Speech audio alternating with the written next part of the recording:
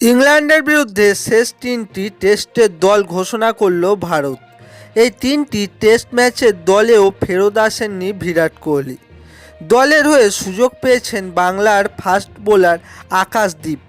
আগেই দলে ছিলেন বাংলার অপর পেসার মুকেশ কুমার। রাহুল এবং রবীন্দ্র জাদেজা খেলবেন কিনা তা নির্ভর করছে তাদের ফিটনেসের উপর। তৃতীয় টেস্ট 15ই ফেব্রুয়ারি থেকে রাজকোটে শুরু হবে এবং চতুর্থ টেস্টটি 23শে ফেব্রুয়ারি রাঁচিতে শুরু হবে। সিরিজের পঞ্চম এবং শেষ টেস্টটি 7ই মার্চ ধর্মশালায় অনুষ্ঠিত হবে।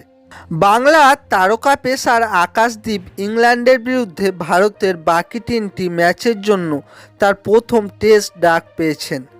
27 বছর বয়সী আকাশদীপ সম্প্রতি ইংল্যান্ড লায়ন্সের বিরুদ্ধে ভারত এর হয়ে দুর্দান্ত পারফরমেন্সের জন্য পুরস্কৃত হয়েছেন।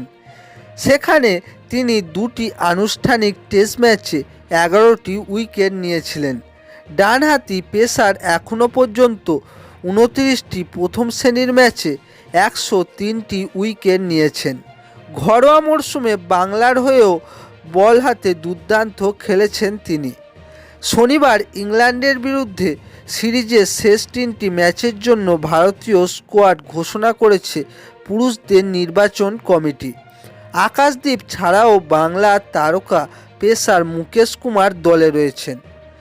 ভারতের দল: রোহিত শর্মা অধিনায়ক, জাসপ্রীত বুমরাহ সহ অধিনায়ক, যশস্বী জয়সওয়াল, শুভমন গিল, রাহুল, রজত পাটিদার, সরফরাজ খান, ধ্রুব জুড়েল উইকেট রক্ষক, ভরত উইকেট রক্ষক, অশ্বিন, রবীন্দ্র জাদেজা, অক্ষর প্যাটেল, ওয়াশিংটন সুন্দর, কুলদীপ যাদব, মোহাম্মদ সিরাজ, মুকেশ কুমার, আকাশদীপ।